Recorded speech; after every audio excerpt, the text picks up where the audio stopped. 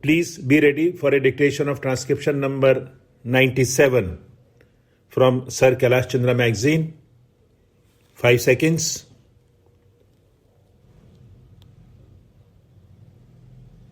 Start. Sir, this volume, the progress report for the year 1983-84, is before the House, and members will have discovered for themselves that this volume is replete with useful information. It consists of a large volume of facts and figures, and it is hardly necessary for me to make a lengthy introduction. This report is the basis of discussion now. I would make only one request to honorable members. They will have a lot to say about the various aspects of our economic situation and economic progress of the country. We would welcome all that. They are entitled to make an appraisal of the activities. Let it be a critical appraisal, and I hope, sir, that it will also be a fair appraisal. In doing so, we will have to think not of today, not of the conditions in which we are functioning, but we have to take our minds back to the days when the idea of a plan took shape, when the proposals that are now before us and the action that has been taken on them was conceived of. What were those conditions? It will be very easy for all of us to recall the days of anxiety through which we were passing then. We were not sure of our food supplies for the next month. We were, as some people said, living from ship to mouth.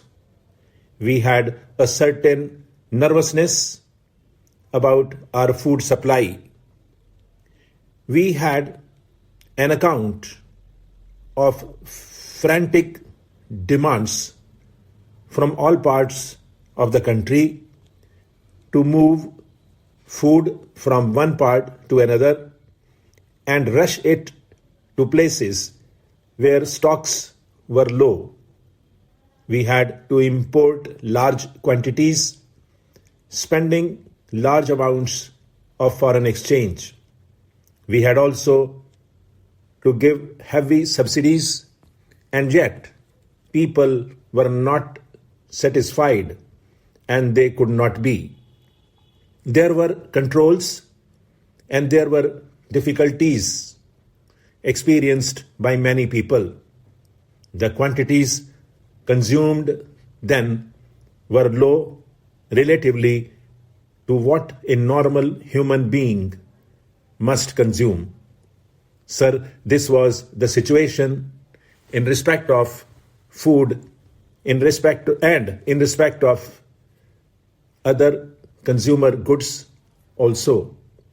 Cloth was so difficult to obtain, even to cover the minimum needs of an ordinary family. We had difficulties in other directions also, difficulties about transport and so on. And then it was in those very days that the problem of rehabilitation of displaced persons was prominent. We had started tackling it, but we had not completed that yet. Prices were rising, and so many people felt that those high prices an average family could not subsist. There were inflationary pressures, and so anything that we could do to relieve the situation, to increase production, to spend money making large investments, created those dangers of increasing inflation, of a further rise in prices. That was the dilemma. What is the position now? When we judge of ourselves today, we should not think of today. On the basis of conditions today, we determine the future and our future performance. But so far as the past is concerned, it is these conditions that determined our present. What is it that we find today? Our major headaches have been relieved. Nobody can say that food is scarce. Nobody can say that cloth is not to be had. In the matter of transport, we have greatly improved, and our position in several other directions has also improved. For these things, it is not necessary to give any figures. The thing is there in the air, and it is part of everybody's experience in the country that the difficulties and the anxieties have more or less gone, and that we can breathe freely and can think of the future with confidence. The chief difficulty, both in industry and in agriculture, was, of course, that there was not enough production. We were faced with a spectacle of high prices and scarcity of food, etc. Also, our industries were not running full capacity. Existing capacities were not being utilized. In the case of several industries, we were using only a part of that capacity. Therefore, agriculture was the key to the whole situation. We must produce more raw materials in order to run our industries well. Sir, this is what we started doing. We came to the conclusion that we must do everything possible in the course of the 5 years that we had before us to bring about an increase in agricultural production to the maximum possible extent.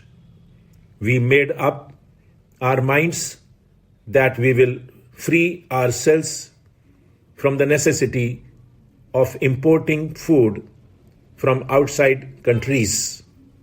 We wanted to be relieved of this dependence.